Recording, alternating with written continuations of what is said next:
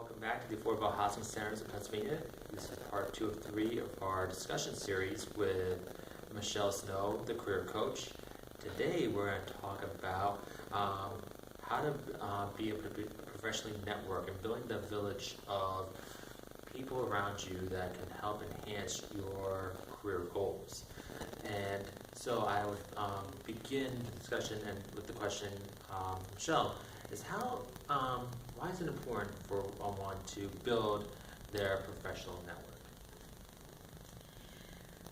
I had to take a deep breath and kind of really reflect on this, because this building my own personal / professional network absolutely is what changed my life. So having your own network that you specifically identify, you got to name it, aim it, and be very clear that it is what it is. Don't just see them as random colleagues or folks that you know. You've got to really put them in a category that this is my network, it's my village, it's where I go to give and receive love. Now, love is the word that we need to expound upon. Why is it important to build a professional network?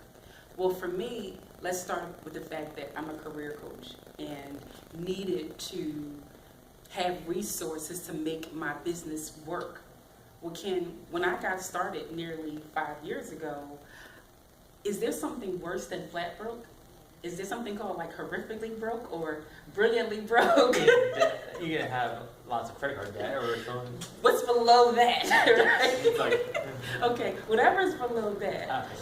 That was my situation going into career coaching. How oxymoronic is that? So I had the pleasure of building up relationships with people who believed in my message. And in time of supporting, giving, going, sharing, staying connected, emailing, social media, messaging, those were deposits as to say, oh, maybe she does what she says. And ultimately, I ran into some major ditches. So one thing that can come out of a network is finances. My credit was jacked up. Banks weren't interested in loaning me any money, right? So from a business perspective, you want to be able to have a network that you can go to that may be willing to financially invest into you. From a career path at work, your network is important because they're going to be the ones that push you. They'll be the ones that help you to get recognized or get on the stage for that promotion or that opportunity at work. I also remember having contacts and people that I would engage with 5-6 years ago, and still, like, they are still as relevant as far as being part of your network, even though you have not may have lost communication, but if you were to reach out to them, they would still be able to respond. Can you comment about that? Or Yes, because that is that's the reality that a lot of people don't embrace, right? That's why when they leave a job and maybe the work environment wasn't as beautiful as they intended it to be. Once they resign, move on, get laid off, terminated, they sever all ties, which can be a huge mistake, because many of the people who you worked with in the past could be job, lead, and contract generators for you maybe 10 years later. I'm a witness. I'm an absolute witness. My boss fired me, but hired me for a contract that he got when he got fired. it's pretty. You would Okay. probably not think about that. It's like, But here's because it's like you fired me, you don't want to hire me. It's like in that sense, like so he was like, yeah. It's like basically good. Like wake up, Is this really Michelle. happening? It's like it's real happening. I would say that it's important that if you leave a work environment bitter, that you force feed yourself to forgive, because you never know what may come out of those ashes, what may come out of that dirt and that pain there's a phoenix that could be on the way, but you won't know because you're so busy just playing in the ashes.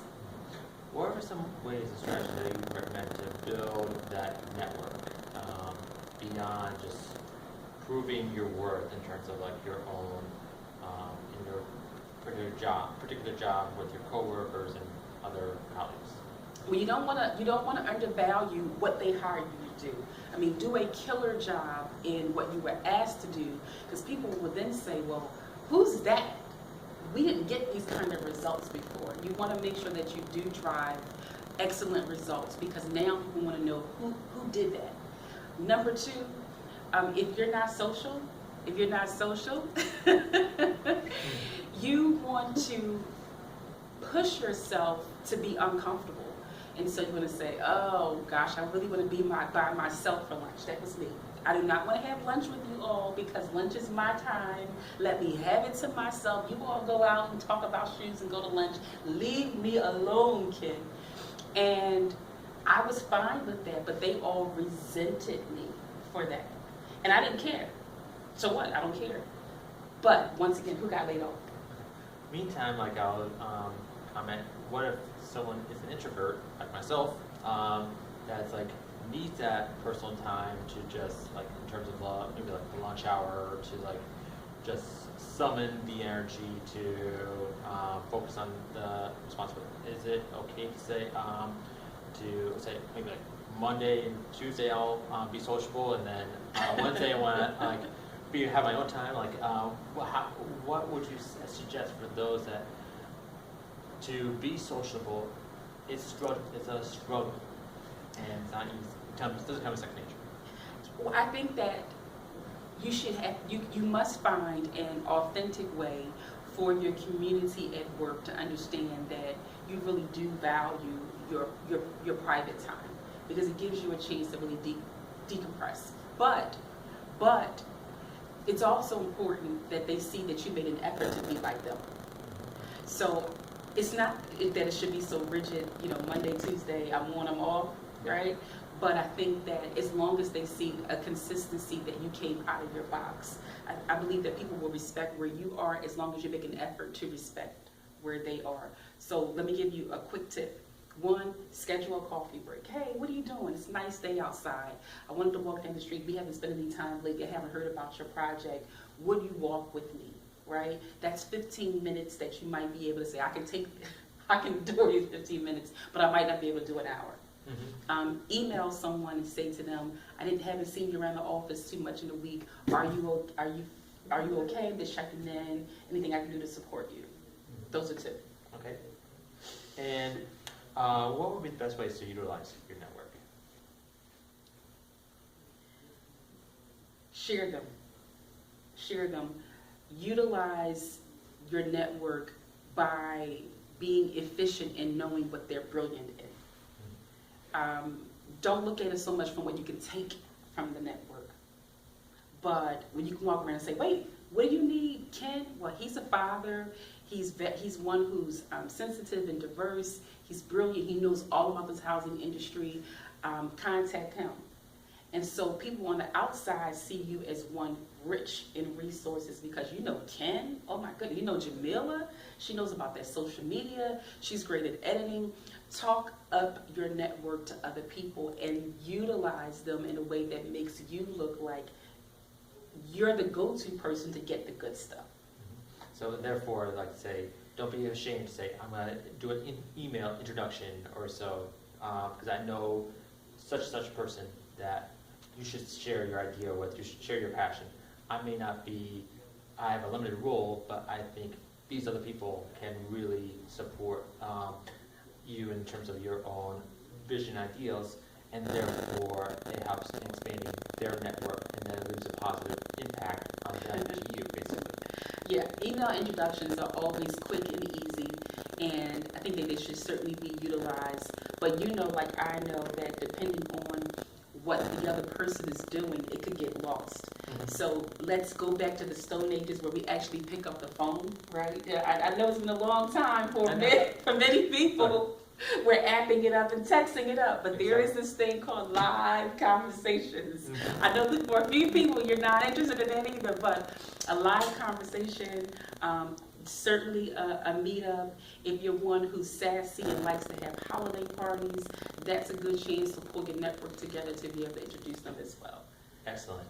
I want to thank you for this second part of our three-part series with Michelle Snow, the career coach, and we look forward to having you for our final series. Thank you.